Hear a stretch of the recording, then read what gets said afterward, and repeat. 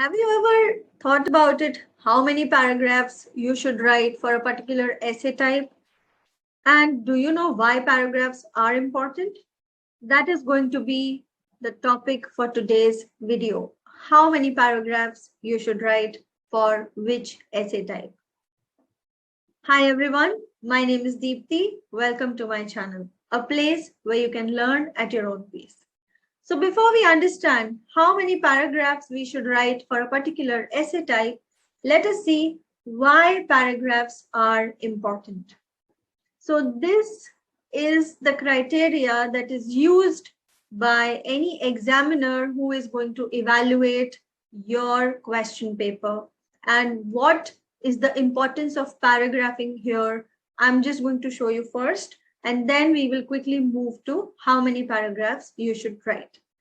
Now, on the left side, you see this is the band score.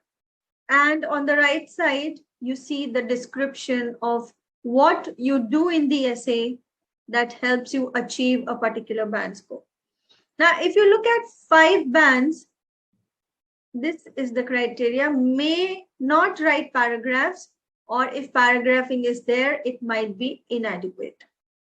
So it means if your paragraphs are not done properly, your band score will be low. Let's see what is expected in 6 bands. In order to achieve 6 bands, if you use paragraphs, but they are not always set in a logical way, you will end up getting only 6 bands. Now let us go to the requirement of 7 bands. To get 7 bands in your essay, what kind of paragraphs you should write or how many you should write? So there has to be a clear central topic within each paragraph, which means that when you are writing a paragraph, you should not add more than one main idea in a paragraph. And how do you write a paragraph? I have made a video on that. I will share the link in the description box. You can visit it after this video is done. Let us look at 8 and 9 bands. For 8 bands, a student must have used paragraphing sufficiently and appropriately. For 9 bands, the paragraphing should be skillfully managed. So if you're targeting 7 bands or 8 bands, make sure your paragraphing is sufficient, which means you should write the number of paragraphs that are expected. And each paragraph should have a main idea, only one central idea in one paragraph. So let's go back to seeing what kind of essays expect how many paragraphs. So we come to the first question type in an essay.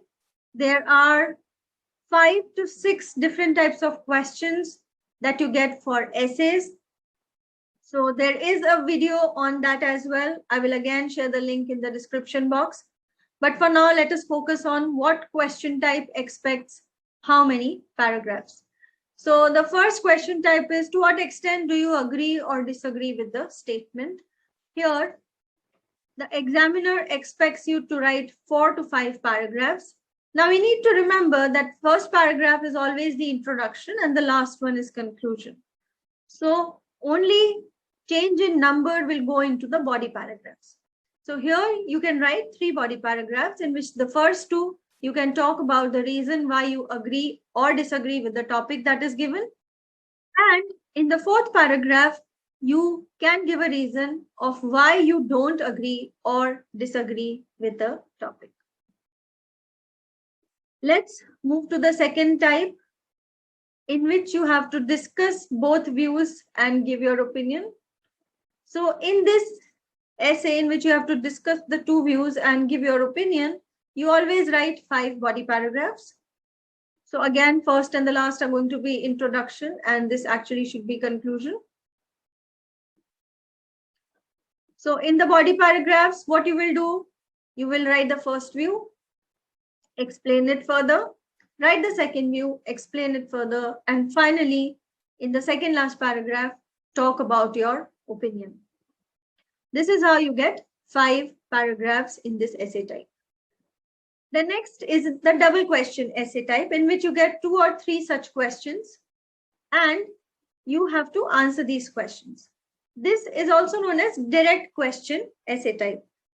So here we see that there are 3 components in these questions. This is the first one. The second is you have to give reason, and the third is you have to give solutions. Remember, when you see the word and joins 2 components together, and here the 2 components are reasons and solutions, and that is how we get 3 paragraphs here. So again, first and the last are going to be introduction and conclusion respectively, and the second paragraph will talk about why is this so, third will talk about the reasons, and fourth will talk about solutions. Okay, so let's move to the other 2 types. If you have to write about disadvantages outweighing advantages, again, you're going to write 5 paragraphs. So introduction and conclusion, we have already discussed.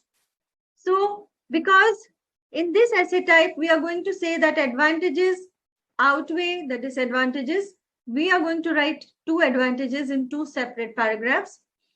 In the 4th paragraph, we will write 1 disadvantage. Similarly, if you have to write disadvantages outweighing the advantages, you will reverse this order. You will write 2 disadvantages in the 2nd and the 3rd paragraph, and you will write an advantage in the 4th paragraph. Another question type, what we see here is, why is this so? What effect does it have on individual and on society? So when you say why is it so, this is one component. Effect on individual is the second component, and effect on society is the third component. So that is how, again, we will get 5 paragraphs in this particular essay type. So you will go with introduction and conclusion as 1 whole paragraphs, and you will write each of these components in the 2nd, 3rd, and 4th paragraphs respectively. I hope you found this video useful.